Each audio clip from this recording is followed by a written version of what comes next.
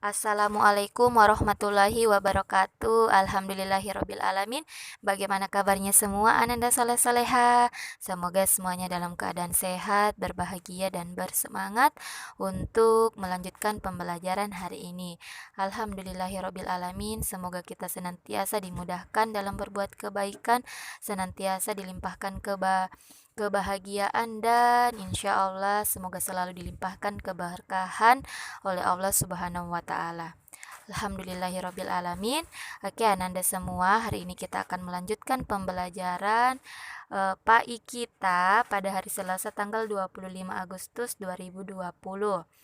Sebelum kita mulai pelajaran, ada baiknya kita berdoa bersama-sama dulu ya. Bismillahirrahmanirrahim. Rabbi zidni ilman warzuqni fahman. Rabbi israh li sadri wa yassir li amri wahlul 'uqdatam min lisani yafqahu qawli. Allahumma inni as'aluka ilman nafi'an wa rizqan thayyiban wa amalan mutaqabbalan. Amin.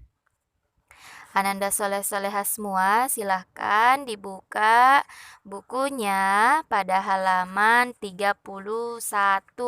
Alhamdulillahirabbil alamin. Hari ini kita sudah masuk pada pembelajaran 3 tentang meyakini Allah Maha Esa dan Maha Pemberi. Hari ini kita pertama-tama mempelajari dulu tentang meyakini Allah Maha Esa. Allah Maha Esa. Meyakini Allah Maha Esa.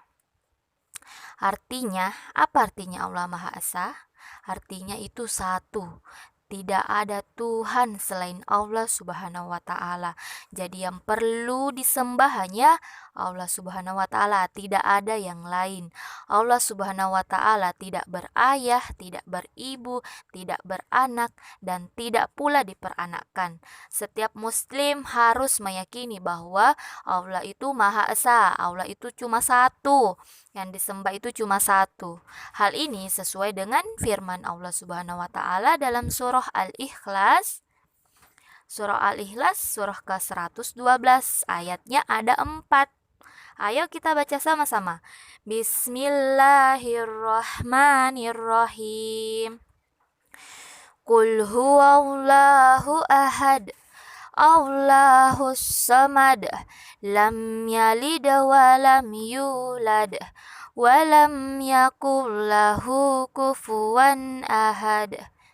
Artinya, dengan nama Allah yang Maha Pengasih, Maha Penyayang, katakanlah Muhammad, dialah Allah yang Maha Esa. Allah tempat meminta segala sesuatu. Allah tidak beranak dan tidak pula diperanakkan, dan tidak ada sesuatu yang setara dengan Dia. Nah, jadi itu arti dari surah Al-Ikhlas, di mana dikatakan bahwa Allah itu Maha Esa, Dia cuma satu. Allah tidak diperanakkan, tidak beranak, tidak punya ayah dan ibu. Allah itu satu-satunya tempat kita untuk meminta segala sesuatu. Tidak ada yang setara dengan Allah. Tidak ada yang setara dengan Allah. Jadi tidak ada yang sederajat dengan Allah karena Dia itu yang Maha Esa. Dia Maha Kuasa, Maha Besar. Dia segala-galanya. Dalam surah Al-Ikhlas dijelaskan bahwa Allah Subhanahu wa taala tidak ada satupun yang setara dengan Allah. Allah Subhanahu wa taala merupakan penguasa tunggal alam semesta ini. Tidak ada sekutu bagi Allah Subhanahu wa taala. Jadi dikatakan tunggal. Tunggal itu maksudnya satu-satunya di dunia ini, di semesta ini. Dia menciptakan segala yang ada di bumi ini. Planet, langit, semuanya. Planet, langit, luar angkasa, semua seisi alam semesta ini. Penciptanya adalah Allah Subhanahu wa taala dan tidak ada yang setara bagi Allah Subhanahu wa taala, tidak ada pula sekutu bagi Allah Subhanahu wa taala. Jadi esa, cuma satu-satunya, satu. Nah, Dalam surah Al-Ikhlas juga dijelaskan bahwa tempat meminta segala sesuatu hanya kepada Allah Subhanahu wa taala.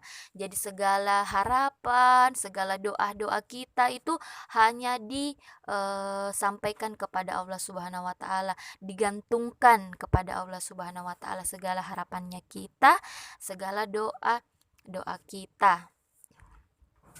Nah, seperti di Quran surah An-Nahl surah ke-16 ayat 53. Kita perhatikan sama-sama ya. Bismillahirrahmanirrahim. Wa ma bikum min ni'matin faminallahi thumma idza massakumud durru fa ilaihi taj'arun. Artinya, dan segala nikmat yang ada padamu datangnya dari Allah. Kemudian apabila kamu ditimpa kesengsaraan, maka kepadanya lah kamu meminta pertolongan.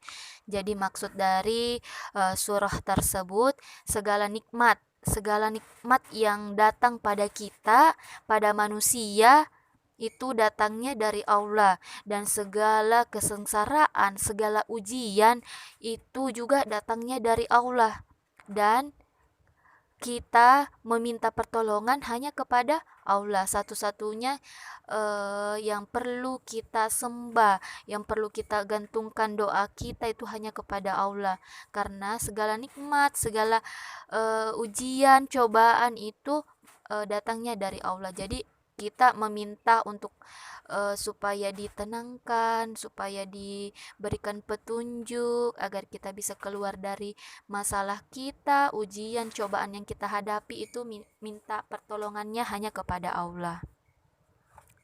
Jadi dengan cara beribadah, sholat 5 waktu, sholat sunnah, mengaji dan merojaah. Nah, itu cara kita bersyukur, cara kita meminta pertolongan kepada Allah dengan berdoa. Berdoa, meminta segala sesuatunya hanya kepada Allah Subhanahu wa taala, tidak ada yang lain. Nah, yang kedua, yang tadi kita sudah memahami apa itu arti Maha Esa. Jadi Maha Esa itu artinya satu. Allah tidak diperanakkan ya, ingat Allah tidak diperanakkan. Segala sesuatu hanya kita meminta kepada Allah. Yang kedua, meyakini Allah Maha Esa pencipta alam semesta. Jadi setiap muslim harus meyakini dengan sepenuh hati bahwa alam semesta merupakan ciptaan Allah yang maha pencipta. Jadi Allah itu maha pencipta bumi, bulan, bintang, manusia, binatang, tumbuhan, dan sebagainya. Itu ciptaan Allah Subhanahu wa ta'ala. Satu-satunya maha pencipta hanya Allah Subhanahu wa ta'ala. Seperti firman Allah pada Quran surah Al-Hasr ayat 24. Nah, di situ artinya dialah Allah yang maha pencipta, yang mengadakan, yang membentuk rupa. Dia memiliki nama-nama yang indah. Asmaul Husna Allah ada 99 Asmaul Husna, nama-nama yang dimiliki Allah, nama-nama yang indah. Semuanya masing-masing memiliki arti. Ya, Ananda semua kan sudah belajar, sudah dihafal 99 Asmaul. Nah, selanjutnya supaya kita lebih meyakini bahwa Allah itu maha pencipta, coba lakukan beberapa pengamatan. Nah, beberapa pengamatan, silakan dibaca bukunya halaman 33. Yang pertama, mengamati diri sendiri. Ayo kita amati diri sendiri. Kita renungkan, kita amati diri sendiri kita. Kita ini manusia yang diciptakan oleh Allah Subhanahu wa taala dengan sebaik-baik bentuk. Kita beda dari makhluk lain, makhluk hidup yang lain.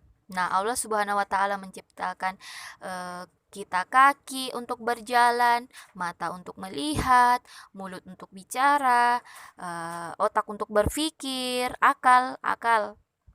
Jadi perbedaan kita dengan makhluk hidup yang lain, hewan dan tumbuhan itu berada di akal.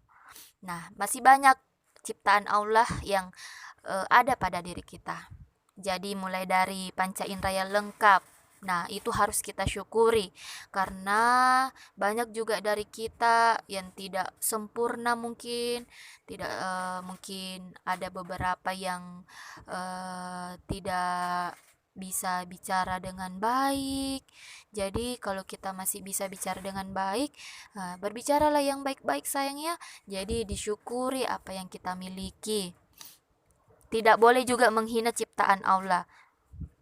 Nah, yang kedua, mengamati makhluk ciptaan Allah yang ada di sekitar rumah. Apa contohnya?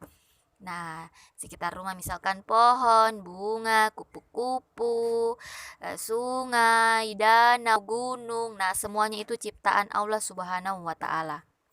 Jadi yang kedua, mengamati makhluk ciptaan Allah yang ada di sekitar sekolah. Makhluk ciptaan Allah Subhanahu wa taala yang ada di sekitar sekolah. Makhluk contohnya di sekolah ada guru, ada ustadz bunda, ada teman tak. Nah, itu semua juga ciptaan Allah Subhanahu wa taala. Kita sama-sama ciptaan Allah Subhanahu wa taala. Jadi, sesama ciptaan Allah kita tidak boleh saling menghina, tidak boleh saling mencela. Ya, karena kita sama-sama ciptaannya Allah. Kita harus bersyukur, harus banyak-banyak bersyukur. Barang siapa yang bersyukur, maka Allah akan menambahkannya. Jangan lupa bersyukur ya hari ini. Nah, selanjutnya tadi Bunda sudah menjelaskan tentang apa itu Maha Esa dan Bunda juga sudah jelaskan beberapa tentang bagaimana kita meyakini bahwa Allah Maha Pencipta alam semesta, Allah itu Maha Esa, Allah Maha Pencipta alam semesta. Nah, selanjutnya kita berlatih. Tugasnya ada pada halaman 34. Ayo berlatih. Nah, tugasnya Ananda boleh dikerjakan nomor 1, 2, dan 3. Dikerjakan di buku tugas. Yang pertama, amati dan ceritakan gambar di samping. Apa hubungan gambar dengan keesaan Allah Subhanahu wa taala? Nah, gambar yang di samping sedang apa itu, Nak? Beberapa siswa dan siswi yang sedang ada di dalam kelas, mereka berdoa sebelum belajar. Nah, ceritakan ya apa yang mereka lakukan, apa hubungannya gambar dengan keesaan Allah. Kenapa harus berdoa, ya? Yang kedua, lakukanlah kegiatan pengamatan berikut. Amati dirimu, apa saja nikmat Allah Subhanahu wa taala yang telah dilimpahkan kepadamu. Jadi amati diri tak ya. Tadi Bunda sudah jelaskan tentang nikmat Allah yang diberikan kepada diri kita sendiri. Nah, sebutkan apa saja nikmat yang telah Allah berikan pada diri Ananda. Yang kedua, amati lingkungan rumah dan sekolahmu. Apa saja nikmat Allah Subhanahu wa taala yang ada di rumah, apa yang Allah telah berikan untuk kita, segala nikmat yang berhubungan di lingkungan rumah dan lingkungan sekolah. Selanjutnya yang ketiga, amati gambar berikut. Nah, gambar di bawah ini ada gambar dua orang anak lelaki dengan orang dewasa yang sedang memancing. Pertanyaannya ada 4. Siapa yang menciptakan orang yang memancing ikan? Siapa yang menciptakan ikan yang dipancing? Siapa yang menciptakan alat pancing? Dan siapa yang menciptakan air tempat ikan hidup? Hayo, siapa? Silahkan dijawab di buku tugasnya Ananda Saleh Saleha ya. Jadi ingat sayang, Allah itu Maha Esa. Allah itu cuma satu. Yang kita sembah, yang kita puja hanya satu. Tempat kita meminta pertolongan, meminta nikmat, berdoa dan sholat itu yang disembah hanya Allah. Tidak ada yang lain sayang ya. Segala sesuatunya diminta sama Allah. Insya Allah, Allah akan memberi. Yang pastinya kita yakin dan berusaha seterusnya. Oke, Ananda Saleh Soleha. Tadi Bunda sudah jelaskan materinya hari ini. Bunda ucapkan banyak terima kasih. Assalamualaikum warahmatullahi wabarakatuh.